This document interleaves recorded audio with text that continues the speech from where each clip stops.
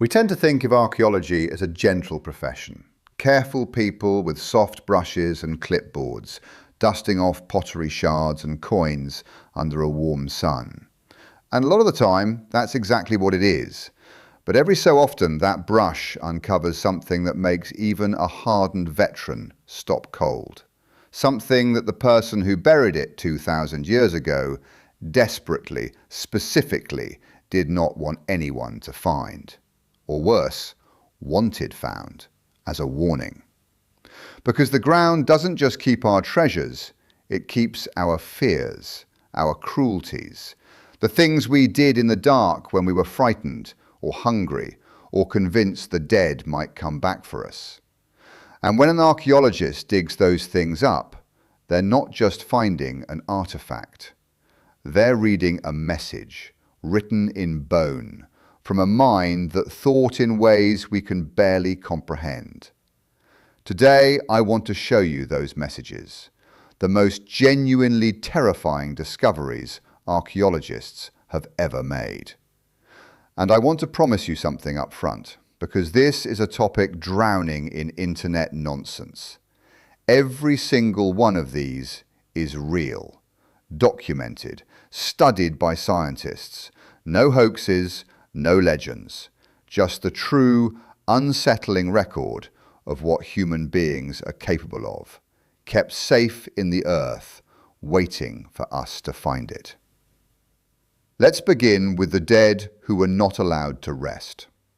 In 2018, in a crumbling Roman cemetery in the Italian region of Umbria, archaeologists were excavating a site with a heartbreaking name, La Necropoli dei Bambini, the cemetery of the babies. It was a 5th century burial ground filled almost entirely with infants and toddlers, because in that century a catastrophic outbreak of malaria had swept through the region, and it killed the youngest and weakest first. Row upon row of tiny graves, grim but sad rather than frightening. And then they found the 10-year-old.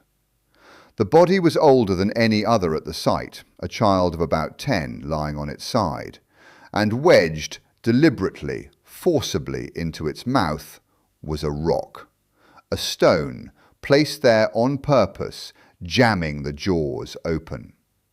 The archaeologists who had worked that site for decades were shaken. The lead researcher said he had never seen anything like it, that it was, in his words, extremely eerie and weird. The locals gave it a name almost immediately. They called it the Vampire of Lugnano. Now, why would anyone do this to a dead child? And the answer tells you everything about how terrifying disease was to people who didn't understand it. These communities were watching malaria tear through their children with no explanation and no cure. And they came to believe that some of the dead, especially those who died young or strangely, or of the sickness itself, might rise again from the grave and spread the plague to the living. The stone in the mouth was a defense, a way to physically prevent the corpse from feeding, from rising, from coming back. This wasn't cruelty for its own sake. It was terror. A grieving community so frightened of their own dead child that they sealed its mouth with a rock to keep it in the ground. And Lugnano was not alone.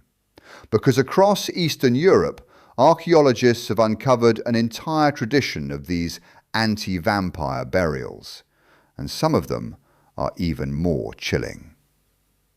In Poland, at sites near towns like Gliwice and Drawsko, they found graves where the dead were decapitated, their heads removed and placed between their own feet, so that if the body somehow rose, it could never find its head.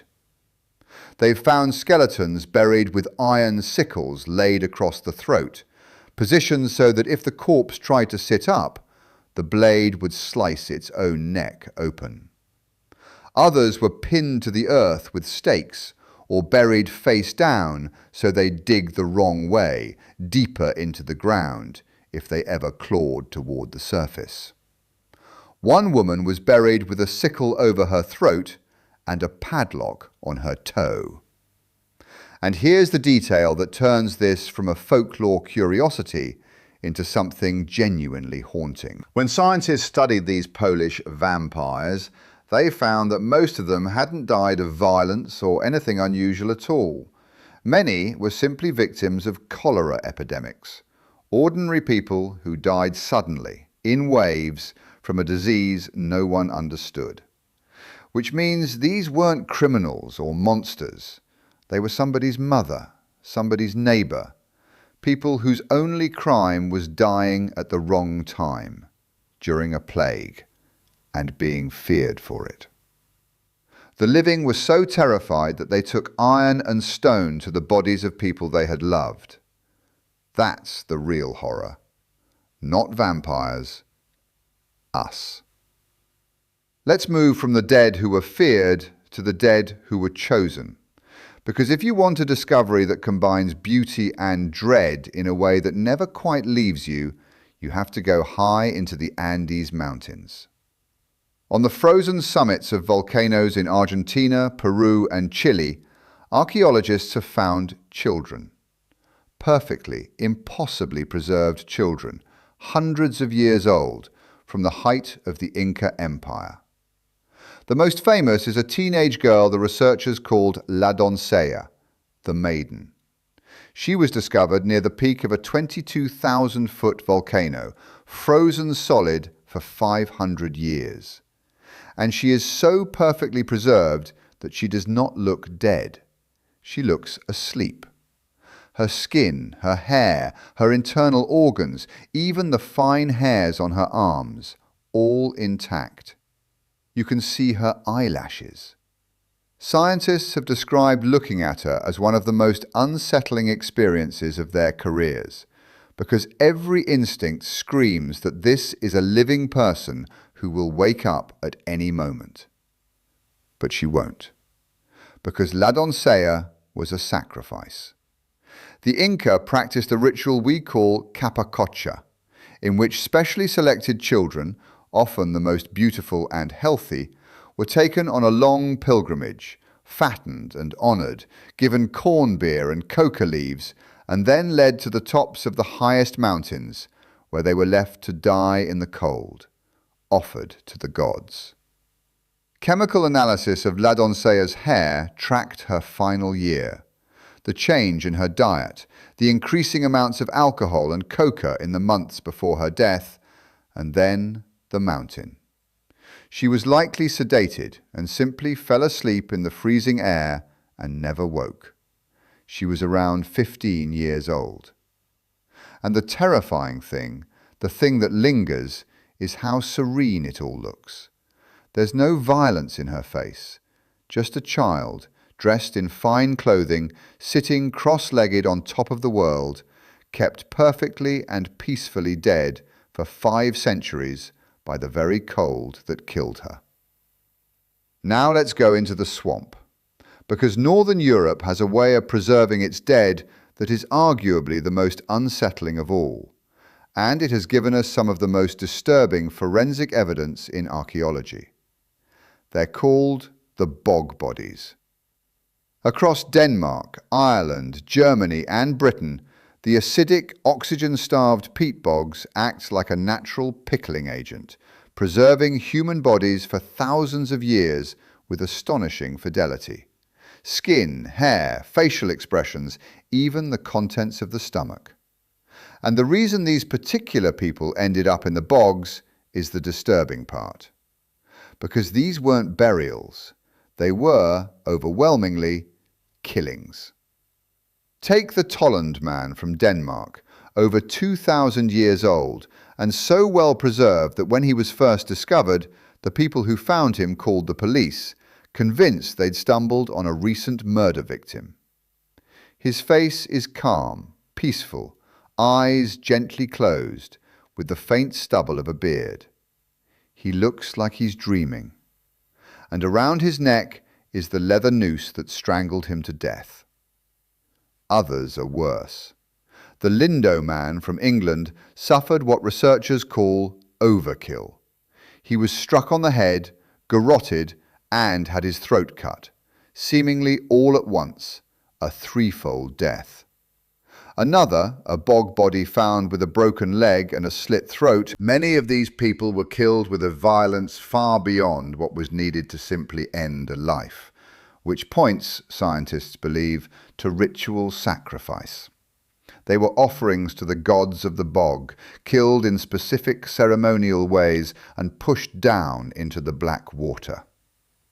And the bog kept them, faces and all, so that thousands of years later we could look into the calm, preserved features of a murdered man and see essentially a photograph of the moment of his death. And I'll leave you with the strangest face of all, because Egypt gave us a discovery that reads like something out of a nightmare. Among the royal mummies, archaeologists found one that broke every rule. Egyptian mummies were prepared with immense care, their faces composed, serene, ready for eternity.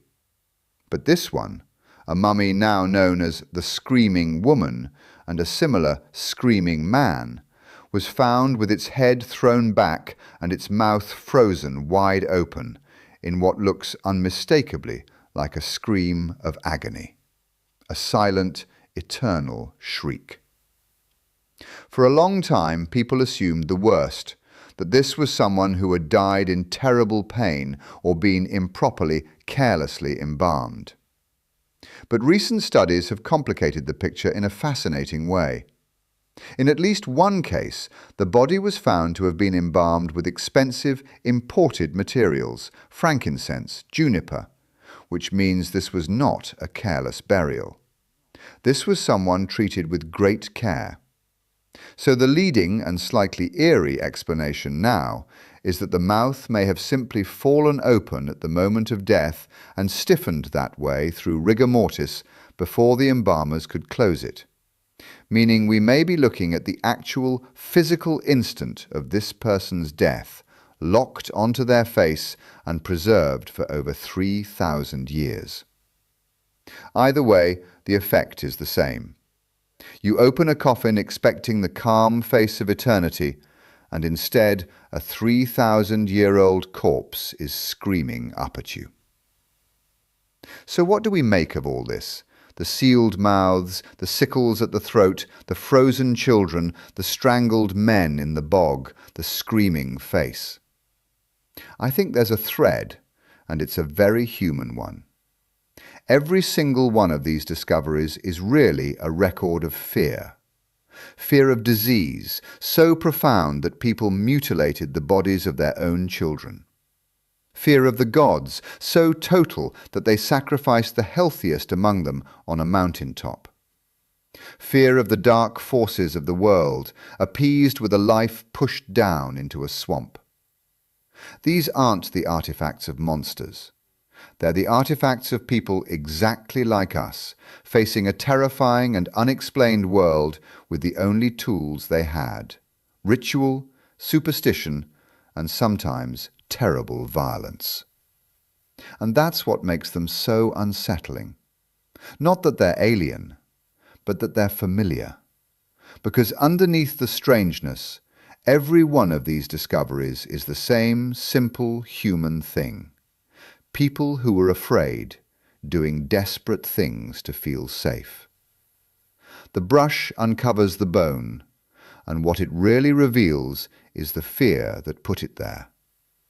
The ground remembers what we'd rather forget, and every so often it hands it back to us.